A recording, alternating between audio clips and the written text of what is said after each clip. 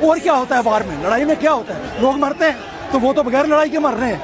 तो उसका कोई जवाबदार होना चाहिए, उसके लिए कोई अकाउंटेबिलिटी होनी चाहिए। या इनको देशद्रोही ना माने, इनके लिए काम करें, क्योंकि अगर इतने लोग देशद्रोही हैं तो फिर सिर्फ प्रधान साहब नहीं, फिर टॉप टू बॉटम सबको जो है अपना इस्तीफा दे देना चाहिए, अगर इतने गद्दार लोग देश में हैं तो।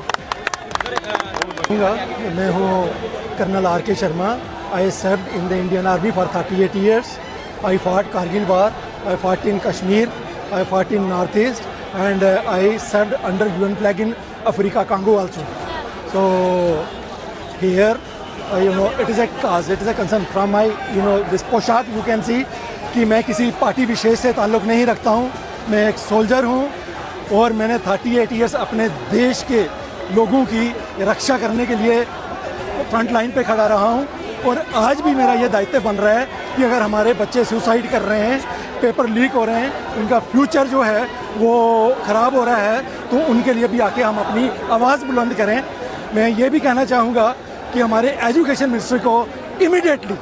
पहले लीक पे इस्तीफ़ा दे देना चाहिए था, उसको 100 लीक का वेट नहीं करना चाहिए था। मैं आपको ये बताना चाहता हूँ कि जिस स्पीड में ये पेपर लीक हुए हैं, लीक पे लीक, लीक पे लीक, लीक पे लीक, ठीक है, इस स्पीड में हमारी आर्मी में मशीन गन भी फायर नहीं करती है जिस स्पीड के साथ ये सब कुछ हुआ है। और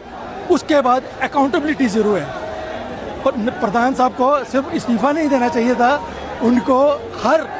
जो फैमिली थी जिनके बच्चों ने अपनी जान दी है, उनके घरों में जाके माफ़ी मांगनी चाहिए थी कि बिकॉज ऑफ माई फेलियर आपके बच्चों को जान देनी पड़ी है, इनका भविष्य खराब हुआ है। सारे अपने बच्चे हैं, ये सारे लोग हैं, इनके लिए मैंने गोलियां खाई हैं, मैं बम्बों का शिकार हुआ हूँ, बहुत जगह मेरे पूरे शरीर में इंजरीज हैं, लेकिन वो इंजरीज अगर उस टाइम पे मैं आपकी रक्षा के लिए कर रहा था, तो आज की डेट में विद इन कंट्री, आज की डेट में हमारे को बाहर से कहीं से कोई थ्रेट नहीं है, हमारे को विद इन थ्रेट है कि हमारा यूथ जो है वो ज़ाया हो रहा है। और क्या होता है वार में, लड़ाई में क्या होता है, लोग मरते हैं, तो वो तो बगैर लड़ाई के मर रहे हैं, तो उसका कोई जवाबदार होना चाहिए, उसके लिए कोई अकाउंटेबिलिटी होनी चाहिए।